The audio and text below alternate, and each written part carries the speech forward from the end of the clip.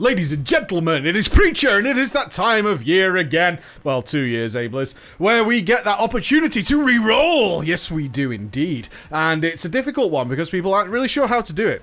So what we're going to do in this series is we're going to cover it because people want to re-roll for a whole variety of reasons. In fact, the reason you want to re-roll doesn't really matter. Perhaps that role that you've loved for so long, you might have been a healer for 6 years, 7 years, 8 years, 9 years, and now suddenly it's not looking so good to you. Perhaps Blizzard changed your class in some way that you disagree with. Perhaps you are somebody who has been stuck in that ever growing circle of being obsessed or consumed by alts and never really getting anywhere, and now Legion shall be your time to rise and shine and join the raiding circle. Now remember, we are talking about raiding here. Raiding is not one thing. Raiding occurs at all different levels, from the guys who get together with their buddies and maybe fill in with a couple of pugs from trade chat once a week or so, to the guys who raid 5 days a week, hardcore, 7 days, all day, all night, stopping for dinner, pissing in a bottle until that boss dies. There's all kinds of factors to consider, and wherever you are on that pendulum swing is entirely in your court. I can't tell you that. What I can tell you, though, is how to choose a raid class. I can tell you how to do it properly and not fall into the pitfalls that I see every single day, whether I'm streaming or whether I'm tweeting or emails or whether on my YouTube comments. These simple questions that seem like they should be the obvious ones to ask, but are in fact utterly incorrect. Such questions like, what is the best rogue spec? What is the best spec for deeps? What is the best healer right now? What is the best tank? Can you tell me which tank to play? The answer is no, I can't, because that question doesn't actually work in the real world of Warcraft. It doesn't really work. I can't answer those questions for you because they're the wrong questions. So how are we going to do this? I am going to be re-rolling for Legion. The reasons for that should be pretty obvious. I was a tank in Warlords of Draenor towards the end. I started as a rogue. An opportunity to tank came up. Tanking looked very good. DPS looked really annoying due towards the RNG. And I decided it was time that I could take that opportunity because it opened up the door. I didn't choose it. It just fell into my lap. And I said, I'll take that opportunity, and went tanking. But I don't like tanking in Legion. I've made several videos commenting on this and showing my reasons for it. The top 5 tanks in Legion, or top 6 comparison video, will be a great place for you to start. I was a protection warrior. I do not like tanking in Legion, and that makes me go, I probably don't want to do that. And that brings us to the golden rule, guys. The first thing you should always consider, because we're going to talk about several different things that you do need to consider. And as always, you need to come back to this one golden point. The absolute golden rule. You must choose a class that you enjoy. Nothing makes me sadder ever than when people come to me saying my raid leader asked me to play this, or I think my raid would benefit if I played this, and people, for whatever reason, choose a class or a spec that they just don't enjoy. And what happens then is something that I see every single week, is somebody raiding 1 day a week, 2 days a week, 3 days a week, 4 days a week, 5 days a week, for however many hours it might be, and they're playing something they simply just do not enjoy. And all that happens is you start to resent raiding, you start to resent World of Warcraft, you start to resent your guild, you start to be disheartened, you start to make up lies as to why you can't log in. Suddenly your internet becomes very unstable, and you start running into walls on purpose while hitting that Alt F4, and generally you start to want to get away from the game. And the reason for that is you're just simply not enjoying yourself, and this is a fucking game, my god. It's a game. So, you must remember, no matter what we go through here, this is how it's going to work. I'm going to tell you some questions that you should ask yourself. You answer them. There'll be some overlap. There always is overlap, which should leave you with some choices. Something might be perfect, something might be close to ideal. And then I'll give you my thoughts on what I'm going to pick. And this is a series that we did a similar thing towards the end of Warlords of Draenor, which helped out a tremendous amount of people. And I'm really happy to be getting back into it. So, first up then. What is your class capable of? This is a very good question. And the big word there is class. What is your class capable of? So many people come to me with a spec. Tell me about this spec. Tell me about the Outlaw Rogue, because I want to play an Outlaw Rogue. If you're joining raiding, it depends, of course, on which part of the pendulum you are. In lower guilds, it tends to be that whatever you joined as is what you're going to play as, and they don't really have that much room for maneuver. You might get the occasional raid leader who has read some thread where he now believes he is the ultimate raid leader, and now he's trying to force you to min-max in various ways. But the chances are, if you're in a guild that's struggling to progress on, say, normal, that there are problems in your guild that aren't going to be solved by you gaining an extra, I don't know, 100 DPS or so. However, as you move further up that ladder, many raiders will see the extreme of playing a spec that is just suitably better to being common sense. Why would you play an inferior spec when we're playing at this level? And that is the attitude change you will have. Look at the guild application video that I did, where people were like, this is obscene, to the guys who are like, this is really good. It all depends on your experience and your nature, and I'm here to tell you, as you move up the ladder, this is something you need to consider. What is your class capable of? Many people will roll things like a Death Knight and not realize, or maybe try to avoid the idea, that the early days of a new expansion are absolutely crucial. This is why you should make this choice now. It's absolutely crucial that you take as much opportunity to get yourself ready for raiding as possible. It makes everything that much easier when you step in. And you will all have experience, or maybe one day you will have the experience of the guy who didn't do that. Of the guy who played Frost DK, and that is all he played, despite the fact that it was inferior, ultimately, to maybe Unholy. And also did none of his mythic dungeons. Didn't do many 5-mans, and why is that? There was no tanks available. Oh, how sad. With that blood spec just sat in front of you.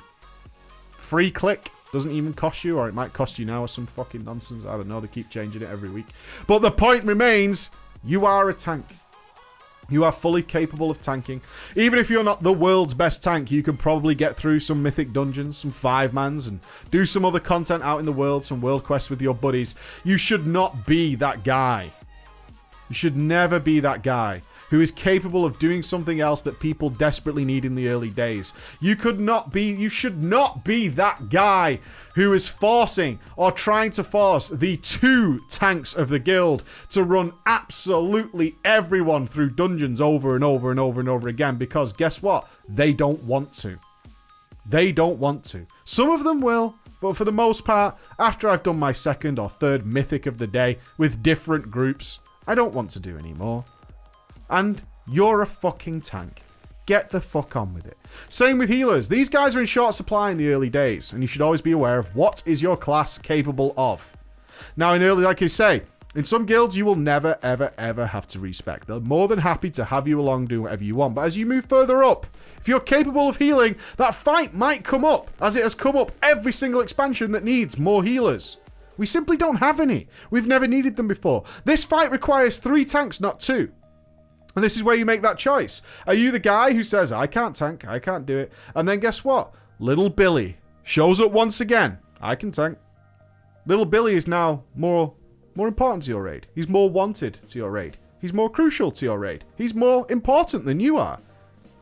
And that's something you shouldn't really allow to happen if you want to be a good player. If you want to be a good player, you should always be the volunteer. I have talked about this so many times. Be the volunteer.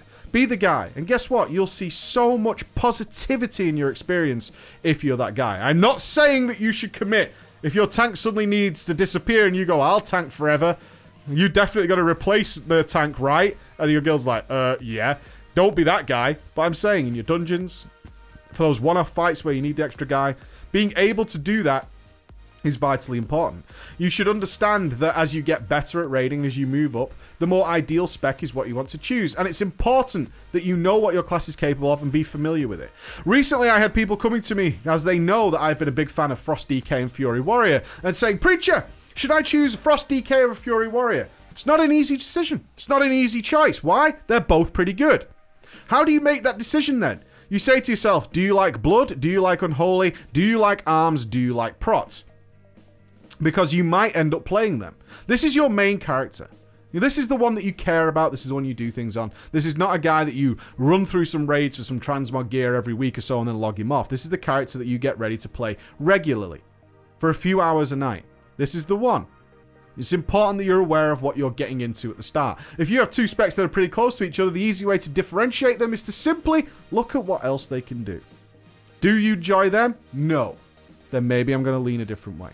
I think it's really important that you bear that in mind when you make your choice, because you are not a Frost DK You are not an elemental shaman. You're a shaman. You're a death knight. You're a warrior. And for God's sake, if you hate doing all different kinds of things and it terrifies you, which some of you might be listening to this and going, I don't want to do any of that, I'm a DPS. Yeah, for the most part, you'll probably get to do that 99% of the time, and that's fine. Perhaps even 100% of the time. But please, for the love of God, if you're absolutely terrified of doing some other jobs, don't roll a fucking druid, whatever you do. Next up then, what unique aspect are you bringing to the raid? This is important. What are you bringing to the raid? Every now and again, a fight comes along that requires that little bit more. And you have to start really looking at what the classes can do. It might be a fight like Blackhand, where we look at how many aspects of the Fox, rest in peace, can we actually do at the same time? How many people can DPS on the move without the need of a major cooldown? How many can provide some sort of damage reduction? All these things are really interesting. Do we have Bloodlust if you're doing some 10-man stuff? All these are really interesting. You have to consider, what do I do? Do I provide a survivability, a DPS buff? Do I provide nothing at all? Some people are terrified of having the responsibility. I've seen people get tears in their eyes and laser focused on pressing one specific rotation and ignoring things. They get a shout on event, please give me that rallying cry, and they don't do it. Give me vigilance, and they don't do it. They don't want to make mistakes, and in doing so, they make more mistakes than ever. Now, if you don't want to be that guy that has that extra responsibility, I suggest and I pray that you get out of that habit, because it's just a simple button press at the end of the day, and it should make you, again, more viable to your raid, more wanted in your raid if you're Johnny on the spot with things like interrupts and your big raid cooldown. But if you do want to do that, consider, what does your raid have? Remember, pick something you enjoy. Pick something you enjoy, but still consider what is available in your raid night right now. If you really enjoy a mage and a warlock and you want to be a pure DPSer, you don't want any of the burdens we talked about in point 1 where you might have to tank or you might have to heal. So you look at a caster DPS and you say, I'll be a mage or a warlock, but your guild has 5 warlocks, then it's probably a bad idea to add another warlock to the mix, right? What is the mage bringing? These are the questions you have to ask. These are very, very important things to understand when you make your choices. For me, I always want to be carrying something unique to the raid. I absolutely want to be carrying something unique to the raid, and I want to be good at it. It's so important that you get good at the extra bit. Your DPS can suck on a night, your healing can be a little bit down, but if you are the guy who is being asked for, I don't know, Iron Bark and not giving it, you'll stand out way quicker to everybody in the raid if your tank starts saying Iron Bark, Iron Bark, Iron Bark, Iron Bark, and it's not there. Get comfortable with it. Be the guy. Honestly, the results are so good. The next question is, how do you like to play? How do you like to play? This is crucial. When you see me play a spec, it might look absolutely wonderful. But then you have to think, how do you like to play? And Legion is offering loads of variety in how to play, from classes being like super slow and basic. Look at the BM Hunter. Real simple. All the way to being global cooldown locked from the very outset, like a Fury Warrior. Right? For me, I dislike both of those extremes. I don't like specs that are super slow, but I also don't like a spec that needs to ride the roller coaster constantly every single night, and if I don't press a key every second, I'm losing out on DPS. I don't like that. I like something in between. If it's too slow, I get distracted. I make more mistakes with a simple class than a more complex one holding my attention. Global cooldown locks are also off-putting.